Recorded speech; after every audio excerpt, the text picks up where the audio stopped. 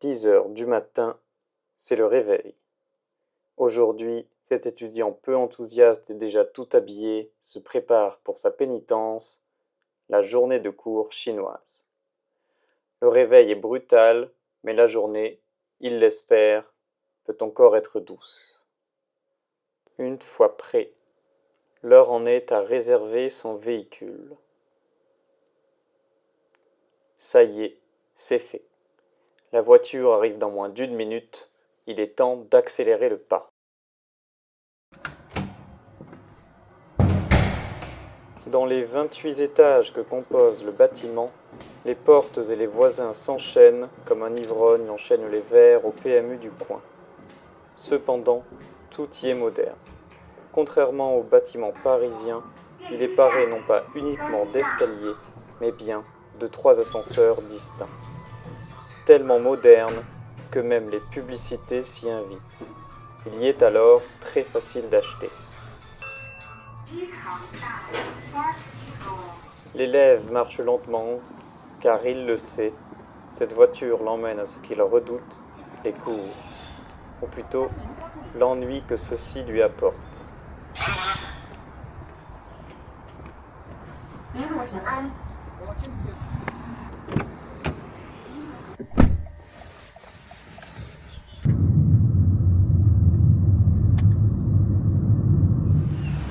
10h55, ça y est, c'est l'arrivée. Admirez tous les scooters électriques, moyen de locomotion préféré des étudiants chinois, formant une rangée sur plusieurs dizaines de mètres.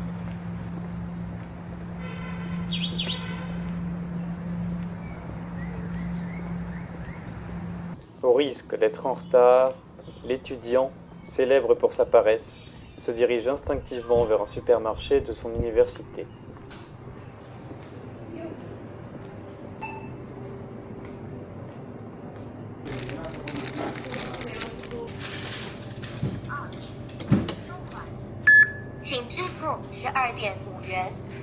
Une fois le précieux butin en poche, il est finalement temps de se diriger vers le lieu de sa pénitence.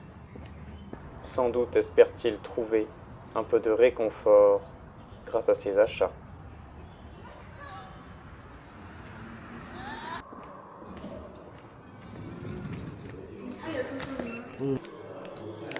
Hélas, n'ayant pas retenu son numéro de salle depuis le début de l'année, il se trompe d'étage. Il doit alors, tel l'idiot qu'il est, redescendre.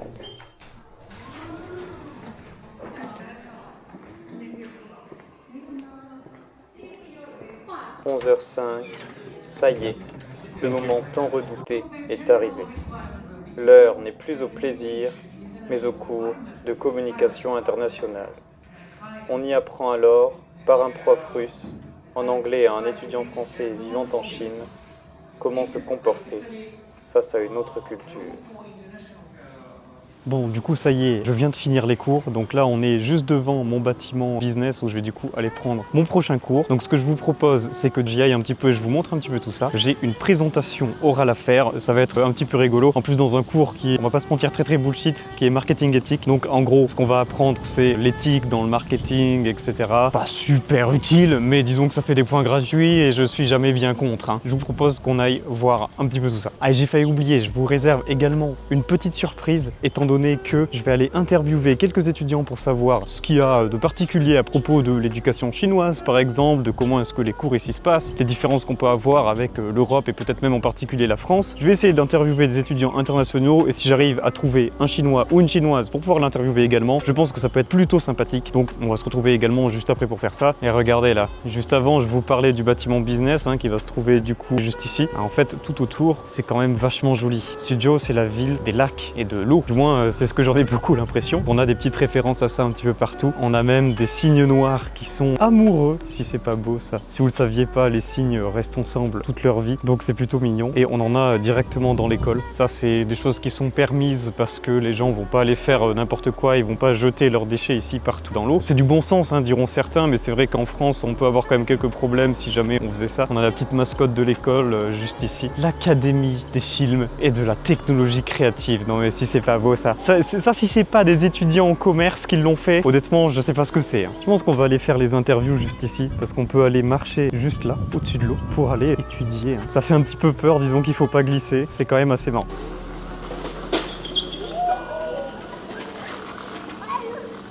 Bon ça je pense que ça devait être une étudiante, hein, sans doute ingénieure, qui vient de nous inventer une espèce de carte électrique un petit peu bizarre. Dites-moi ce que vous en pensez. En tout cas ce qui est sûr c'est qu'en Chine, on a de la créativité. Même à l'intérieur du bâtiment, hein, c'est plutôt sympa. Je parle un petit peu doucement pour éviter quand même d'emmerder le monde. C'est quand même assez sympathique, c'est très moderne en tout cas. Ça s'étend quand même jusqu'à assez haut. Il y a beaucoup d'étages. Et c'est très propre. Regardez encore. Tout est propre, on peut presque se voir dans le reflet carrément. Tout est propre, on a des robots qui automatiquement vont passer et vont aller tout nettoyer. Et oui, hein, des robots automatiques parfaitement autonomes. Ici, on va pas forcément engager beaucoup d'humains parce que les robots qui nettoient, c'est plutôt très conventionnel en réalité. On est parti pour la présentation. Évidemment, tous mes cours se passent en anglais. Donc bon, ma présentation, elle se fait également en anglais. Hein. Bon, allez, on souhaite bonne chance. Ok, alors on se retrouve juste après mes cours. Je vais vous montrer un petit peu tout ce qu'il y a autour du campus, en particulier des choses qu'on n'a pas du tout l'habitude de voir en France. Typiquement, on a plusieurs supermarchés au sein même du campus pour pouvoir servir au mieux les étudiants, etc. Je laisse m'accompagner un petit peu à travers tout ça. On peut vraiment acheter tout ce qu'on veut. Attention, pas tout non plus. En France, on peut retrouver donc tout ce qui va être les outils de contraception, etc. Ici, c'est impossible du moins au sein du campus. Encore un truc qui ferait potentiellement scandale en France. Hein.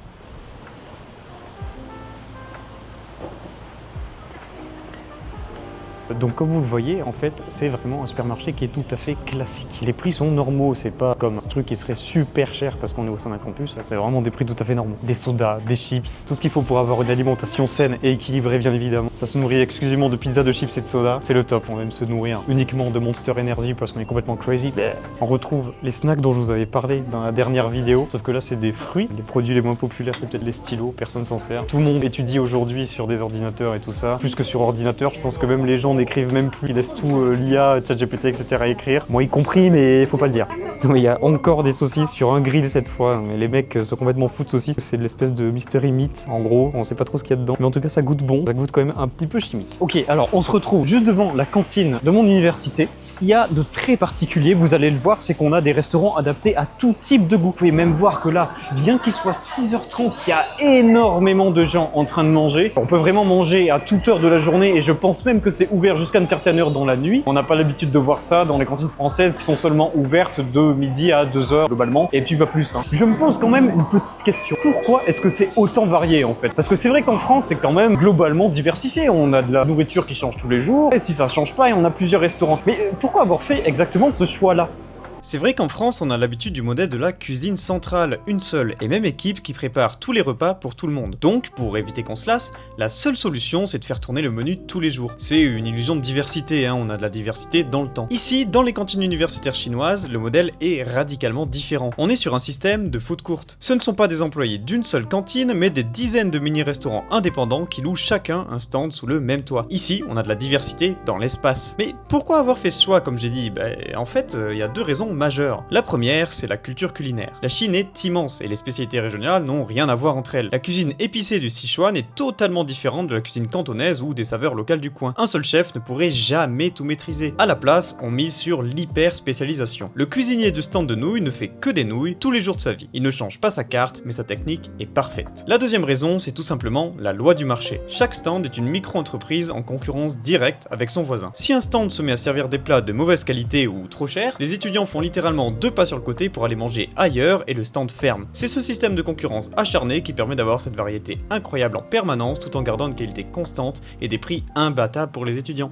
On a même des bubble tea qu'on peut acheter directement là avec des petites mascottes, etc. Évidemment dans la même cantine. 8, c'est 1 euro. Les plus chers, c'est 2 euros et à mon avis, vous devez avoir quand même un sacré truc. La glace à moins d'1 euro. Est-ce qu'on a déjà vu ça quelque part en France? Je ne crois pas. Tout est automatique hein, ici. J'ai juste à faire ça et hop, ça me distribue mes petites baguettes. Alors ce stand-là, c'est vraiment le plus particulier d'entre tous sans doute. En fait, vous allez pouvoir choisir absolument tout ce que vous voulez et vous payez aux 50 grammes. 2 yuan les 50 grammes, donc ça fait environ 1 centime quoi. Et vous pouvez choisir tout ce que vous voulez et quelqu'un va vous le préparer à votre place puis vous faire un petit plat avec. C'est vraiment très pratique, surtout si vous voulez avoir le choix de ce que vous voulez manger, peut-être un petit peu plus sainement. On peut aller se laver les mains directement à l'extérieur du restaurant. Ok, alors petit concept particulier à la vidéo, j'aimerais beaucoup que ce soit pas que moi qui vous présente les aspects de la vie étudiante chinoise, mais que ce soit également les étudiants eux-mêmes, et en particulier les étudiants chinois. Donc j'ai préparé des petites questions et des petites interviews à des étudiants internationaux et à un étudiant chinois pour pouvoir que eux vous expliquent ce qu'ils ont ressenti des différences par rapport au système éducationnel chinois et par rapport à la Chine en général. Allez, je vous propose de voir un petit peu tout ça, je pense que ça va être particulièrement intéressant. Qu'est-ce que c'est l'idée reçue la plus tenace que tu avais sur la Chine et qui a été complètement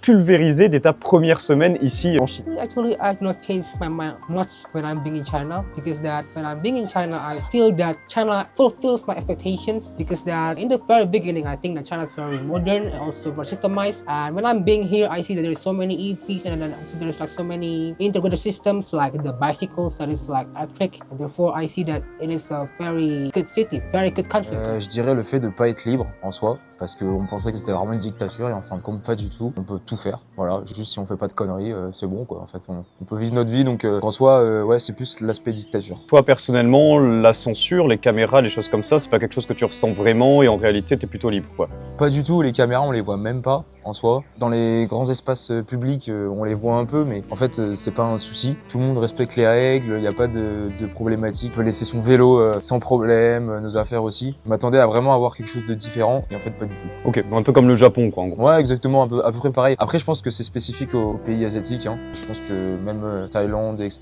je me souviens, c'était à peu près la même chose. Donc, I thought really that the moment I stepped off the airport, I more expected like less Western consumer goods, I used to say. And the first thing I saw was this big Dior ad right in front of my face. And I was like, Jesus Christ, like this is maxing capitalism. Like I didn't realize it. I knew that China is like really capitalistic, but not to that extent. And so that was pretty quickly gone. Also like authoritarian state view, I thought like really, okay, it's gonna be way more difficult to get into country and like, but it was pretty easy. Like I just went to the border control and they just let me through instantly. So I thought it's like more strict in some senses. Yeah. Ok, donc d'un côté, la Chine n'est pas vraiment capitaliste et de l'autre côté, elle est bien plus libre que ce qu'on veut nous faire croire. Yeah, for sure. Si je me trompe pas, tu es venu étudier l'innovation et le business ici, donc à XJTLU. Est-ce que tu as l'impression que les Chinois et que le système chinois va bien plus vite que dans ton pays, ou même par rapport à l'Europe, si tu as un petit peu une idée? Est-ce que les Chinois vont bien plus vite ou sont plus innovants qu'en Indonésie, par exemple? China is more into a developed society, developed country in terms of AI. While like my country, for example, is still developing in AI, so we are more into emerging countries. While in China, the AI has been integrated into the system. For example, we can see that in the university itself, there's already the AI, the Sipu AI. C'est une façon vraiment intéressante de voir les choses parce que bon, personnellement, j'aurais vraiment dit immédiatement Alipay et WeChat et pas forcément parler de l'IA. Mais c'est aussi une façon intéressante de le voir. Dans ma spécificité, non. Dans le business, je trouve qu'ils sont plutôt lents. Ils n'ont pas du tout les mêmes visions que nous au niveau du business. Même en négociation, en fait, je trouve que les Français et les Européens sont assez bons. Là où, par contre, je trouve qu'ils sont meilleurs, c'est tout ce qui est mathématiques. Ils sont monstrueux. Ils ont des méthodes qui sont complètement différentes des méthodes européennes. Ils vont assez vite par rapport à ça. Ce que je trouve assez particulier, c'est que même en cours, les Chinois, par exemple, utilisent des logiciels de traduction automatique. En fait, le prof parle en anglais et eux, ils ont tout retranscrit en chinois. Donc déjà, ça...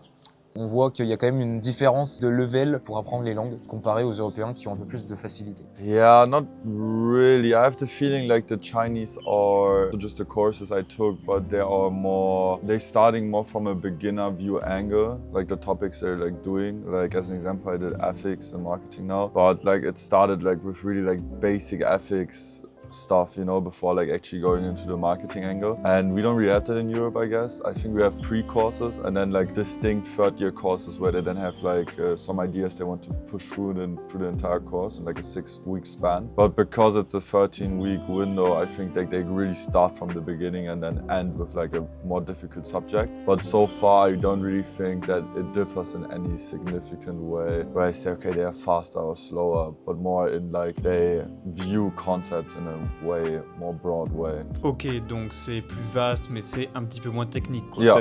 Entre nous, on va être un petit peu honnête, c'est un peu facile de rester dans la bulle des expatriés, des étudiants internationaux. Alors, juste ma question pour toi, c'est à quel point ça a été difficile de créer des relations avec les étudiants chinois locaux? Qu'est-ce qui, si ça a été un petit peu galère, bloque le plus? Est-ce que c'était plus la langue ou peut-être la culture? Right, so for me, it's actually more into the language because that most Chinese students they really like to use Chinese in communication. While for sure, like students like me, international students, they prefer more to English. Therefore, there's like the language barrier there that is like more significant than other barriers that is possible. In Indonesia, we are actually more to collectivism, and actually I see that there's actually the similarity with China. So people in China actually are more into collectivism, so they like to be in groups. C'est complètement difficile parce que la culture est complètement différente. Les étudiants sont assez shy, comme on dit. Ils viennent pas nous parler directement, alors que les Européens, on va vraiment directement vers les gens. Enfin, moi, par exemple, j'essaye dans mes cours de me mixer avec des Chinois, même si je sais que, par exemple, pour les travaux de groupe, je me mettrai pas avec eux parce que je sais que c'est très compliqué. Ils ont pas cette culture du travail, en fait, en équipe. Ils sont plutôt, on va dire, lonely. Ils sont plus individualistes. Ouais, exactement. Voilà. Et du coup, la culture fait en sorte qu'il y a cette barrière. Après, je trouve que la nouvelle génération essaye un peu plus de se tourner vers les Européens. Nous, en tout cas, les exchange students, on essaye d'aller vers eux. Et c'est vrai que ils sont pas, on va dire, en train à nous parler. Si on parle avec eux, ils nous répondent oui ou non, quoi. Voilà. I think it's not really the language because the people who speak English are like most of the Chinese I met here in the campus. I think the problem really is more that Chinese culture is really like introverted. It even increases at the moment that you have like a really extroverted European there, you know? So they're like, I don't know, if they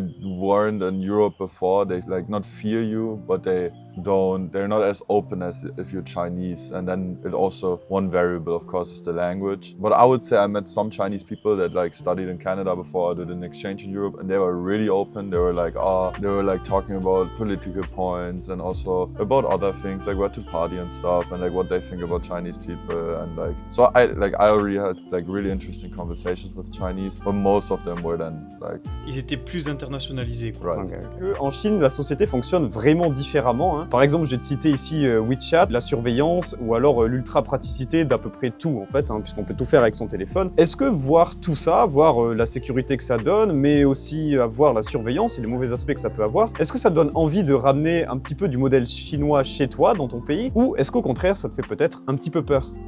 For me, yeah, maybe the one that I want to like apply to my country, I think it's not too scary though. As long as for sure the government can protect the privacy of the people. Ah ben moi je suis prêt complètement à ramener certaines choses à la maison, hein. Que ça soit le Alipay ou WeChat, c'est tellement plus simple, il n'y a pas de souci. Moi je dis allons-y quoi, je dis aux Français allons-y quoi. Enfin franchement, j'ai pas eu un problème avec Alipay ou WeChat depuis le début, comparé aux cartes bancaires qui parfois crashent, donc c'est un peu chiant. Mais en fin de compte, je trouve que tout le modèle est bien fait, même au niveau de la sécurité, il faudrait peut-être être un peu plus strict en France sur certaines choses, d'instaurer cette culture-là. Et en fait ce qui est assez incroyable, on le voit, hein, c'est qu'ils sont au moins 20 ans en avance par rapport à l'Europe, sur tout ce qui est les taxis, on peut même se faire livrer des cafés par des drones, ce qui est quand même incroyable parce qu'on n'a pas en France, ou alors même avoir des taxis qui sont drivés automatiquement par en fait personne, parce que c'est par soit l'IA, soit ils sont autodidactes quoi. Donc je trouve ça incroyable. Et même au niveau des buildings, on s'en rend pas compte, mais en 1990 dans notre ville par exemple à Suzhou il y avait rien. Aujourd'hui elle est énorme quoi.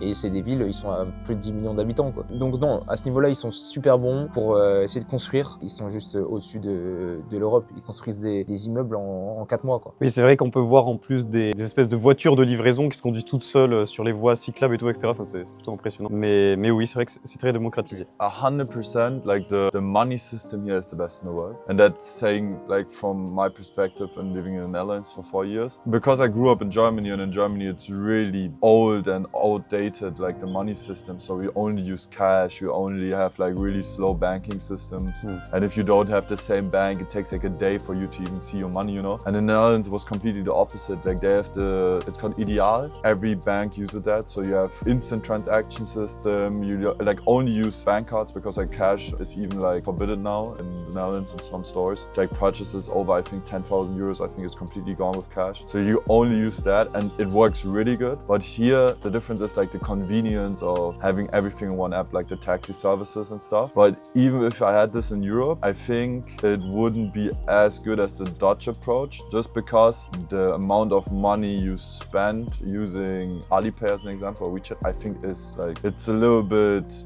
very consumeristic in the sense that you like easy spend all of your money really fast because you just ask QR code. You don't even have the fucking like Apple Pay confirmation anymore. It's just QR code and it's done, you know? And it's like nice and the convenience, but I don't know if I would like that in the Netherlands rather than the system I have right now. But like looking to Germany, I would say I would prefer the system 100%. Okay, because Germany is that slow. Yeah, oh, bro, Germany is like so far behind, you can't even imagine that. Okay. Tu as grandi avec le système éducatif chinois classique, qui est donc très compétitif pour arriver dans cette université hybride en éducation chinoise et internationale. Qu'est-ce que ça a été ton plus grand choc dans la façon de travailler ou de penser ici? What makes me very shocked is that lots of freedom here. We are free to choose our course. We are free to attend any activities that we want, compared to any other traditional Chinese universities. Because some of my high school classmates, they said like they are forced to attend a lot of activities every semester, which is quite boring or suffering, I would say. Here's like quite freedom. You can choose, you can arrange all your time by yourself. Also, I would say like the teacher also would respect the students a lot. En Occident, on entend souvent parler du Neijuan, donc c'est l'hypercompétition, la fameuse rat race chinoise, ou du Tangping. Le fait donc de rester allongé, de refuser cette pression mise en place par le système éducatif chinois. Toi, du point de vue personnel, est-ce que tu ressens cette pression au quotidien? Ou est-ce que tu te situes là-dedans, plutôt du côté du Neijuan ou plutôt du côté du Tangping? In this university, in my major, which is international business, I don't really feel the pressure from my classmates or from us because, like, first of all, in this British system, we can only get like 40 is enough to pass. And also, like, normally if you attend the classes and work normally, you can get at like 60 above something, and which is quite okay under this system. As I mentioned before, we are very free to arrange our time. So sometimes I would choose to relax, which is Tangping, and when the time needed, I would try to work more. But yeah, I would say I reached a balance for myself. Mais du coup, moi, personnellement, j'avais entendu parler de quelques histoires d'étudiants qui parfois pouvaient se suicider ou se sentir peut-être en dépression, à tel point qu'il y a eu des systèmes de soutien psychologique qui ont été mis en place par cette université. Est-ce que du coup tu penses que ça a été nécessaire? Est-ce que tu trouves que certaines personnes peuvent sentir cette pression-là? Ou est-ce que tu dirais que c'est très minoritaire en réalité? It's not a very big phenomenon, but considering like the basic of the population here, like the number will be big, but the like percentage is not that big. But also most of them I think will happen in the like traditional Chinese universities, which has very strong competition. Like during the 4 years, I have never heard any student who have this kind of problem come to suicide or something. And also the school is quite supportive. Like they will send, for example, they will send us some emails during the final weeks to say like relax, and if you need any psychology help, like the medical center will also offer you some treatment for your mental health. Et qu'en est-il des universités chinoises peut-être un petit peu plus traditionnelles? Est-ce que tu penses que du coup ce phénomène-là est encore plus gros, ou est-ce que tu penses que c'est toujours négligeable? Normally it's not that big. I don't really heard about that. Also like from my other high school classmates, like they are not in a very top university, like above average. Like I haven't heard like about any big accident happen in their school or something. On parle beaucoup de la vitesse d'exécution en Chine, la fameuse China Speed. Est-ce que tu trouves, toi, que le système éducatif vous prépare réellement à innover ou surtout exécuter très très vite des idées et sans vraiment réfléchir? According to my observation, I think the policy and institution has changed during these years. Before, maybe it's a little bit a fixed of system, but now like above all, like the country prefer more about those students who learn math, chemistry, or physics, engineer or something like that. There's a lot of good policy according to this, and more students choose to study this. I mean, in high school, we don't really have any innovation class or something, but when they're into the university, some like top Chinese engineers university or some mathematics university, I heard they receive very good like class, or they are also very hardworking. Those new innovation ideas came from those top engineering universities. They just do everything driven by themselves, and they just do the innovation and maybe like engineering competition by themselves. C'est quoi l'habitude la plus absurde ou incompréhensible que tu as observée chez les étudiants internationaux sur le campus? Maybe they will make some noise or talk in the library, like central building. And normally here it's totally forbidden to make any sound, but maybe they're not aware of that. Some students, they will take off their shoes and put on the chair in the public area. It's a little bit like disrespectful, I would say. I saw a lot of Chinese students that are quite hardworking. They don't have any social life. Like their life is study. But compared to this, most of the international students, they choose just to like be more relaxed and like enjoying the comprehensive university life. Si tu pouvais exporter une seule règle ou une habitude du système universitaire chinois en France, qu'est-ce que ce serait? Tu fais une connerie, prison. Voilà, aussi simple que ça. Peut-être que là, certaines personnes comprendraient qu'il faut arrêter de faire n'importe quoi. Et même un truc très simple, ou même un truc encore mieux, tu tapes prison. Voilà. Ici, ils peuvent pas se taper parce que sinon c'est prison directement. Alors par contre, ils haussent la voix, ils se gueulent dessus. On va dire que le décimètre est assez haut.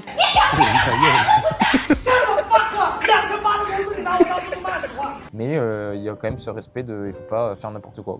Integration into the courses, I need to what Europe doesn't have at all, you know. So like they fear AI and here they integrate it because they know it's gonna be the future.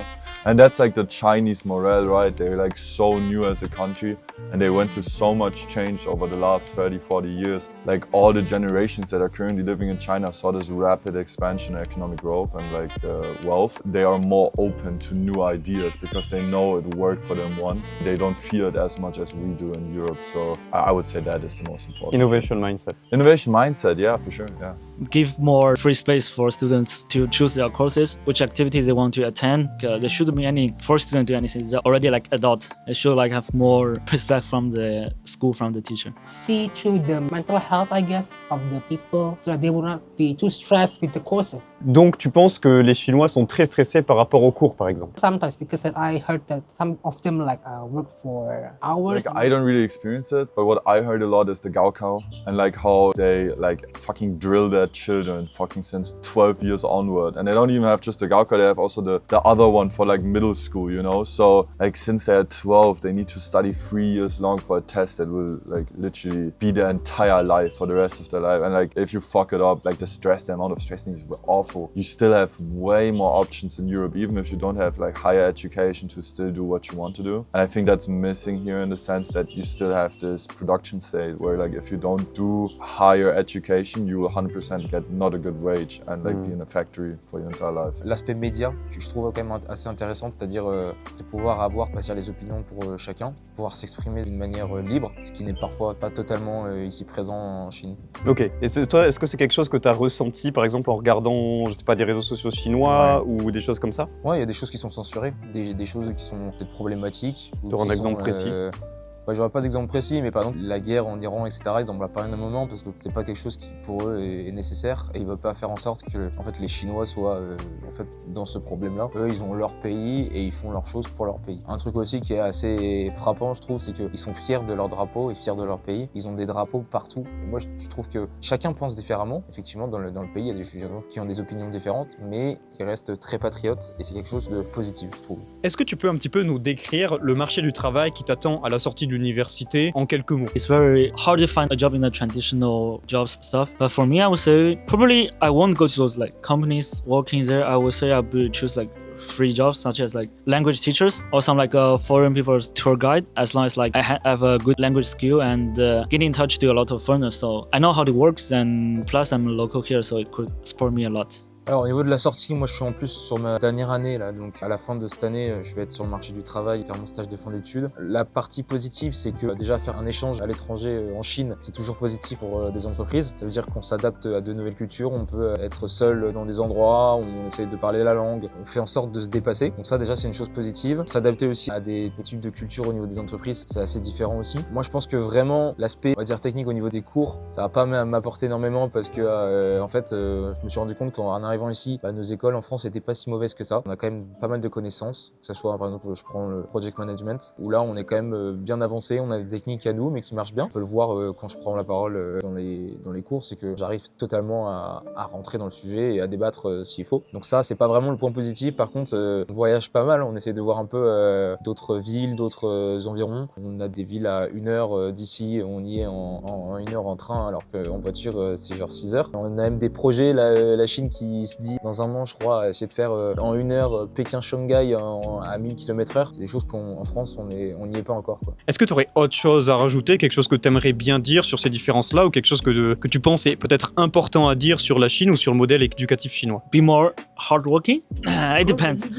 It's because hardworking is like deep in our culture, and we are like taught to do it since we were very young. Yeah, it contributes to the development of the country, innovation, something. But in the meanwhile, also make the student very stressed or like lack of the self-respect or like a self-thinking area or something. That's the biggest difference between China and the Western teaching system. If you want a more developed space, we can like try to work more and experiment how it will happen. The biggest for me is how Western media views China. And like overall, like that's my first time in Asia. It's like really different culturally wise, and I was expecting it, but I think this actually showed me like how much the variables like switch from one side to the other side of the country. And I will take away from it, I think most that you need to experience on your own and make your own mindset about it, and just not always go with the mainstream media, you know. Like the China Donald Trump wars, Xi Jinping against Donald Trump, it's still like the media cycle prefers the US most of the time to China and is fearing China. Especially in Germany, we have like this thing that we wanted to build our infrastructure with Huawei. The government said, okay, we can't trust China with what if they shut off the internet in a war scenario. So we just didn't do it. And since this day, we have fucking awful Wi-Fi and internet. The mainstream perception of China is like, okay, this is the country that will fuck Europe. They will take all of the high value industries from Europe and just do it themselves faster because they have the better population, like the more growing economy and like a different mindset than the Europeans. What I think rather though is that Europe can implement into China and like China implements into Europe. Like it's not like a one thing you should be scared of China like stealing your job. I think it's more that we need to focus more on different points that make Europe actually. Bah venez en Chine tenter l'aventure, hein. Tout est pas cher, ça c'est quand même incroyable. On mange pour 2,50 € en moyenne, on se fait pas mal d'amis aussi de l'étranger, donc ça c'est une bonne chose. Et puis on apprend à vivre avec d'autres cultures, ce qui est nécessaire. Et on essaie d'apprendre aussi l'anglais aux Chinois, parce que c'est pas encore ça. Ok, il faut aller un peu évangéliser les Chinois. Voilà. Ok, super intéressant, merci. Ok, donc comme vous avez pu voir, on a eu quand même des réponses qui sont super intéressantes. J'espère que vous avez vraiment bien aimé cette vidéo-là, surtout sur le point de vue des interviews et tout ça. Je pense que c'est quand même quelque chose qui est très intéressant à voir. Voilà, dites-moi si vous voulez en voir plus sur la vie étudiante chinoise et sur la façon dont les Chinois vivent. Peut-être est-ce que vous aimeriez voir plus d'interviews sur cette chaîne YouTube. Dites-moi tout ça en commentaire, je serai très ravi de vous lire. J'essaierai de répondre à tout le monde, évidemment. Dites-moi également si vous aimeriez des vidéos peut-être un petit peu plus longues. Voilà, ça serait super top si vous pouviez me dire ça en commentaire. En attendant, on se voit à la prochaine. Allez, ciao!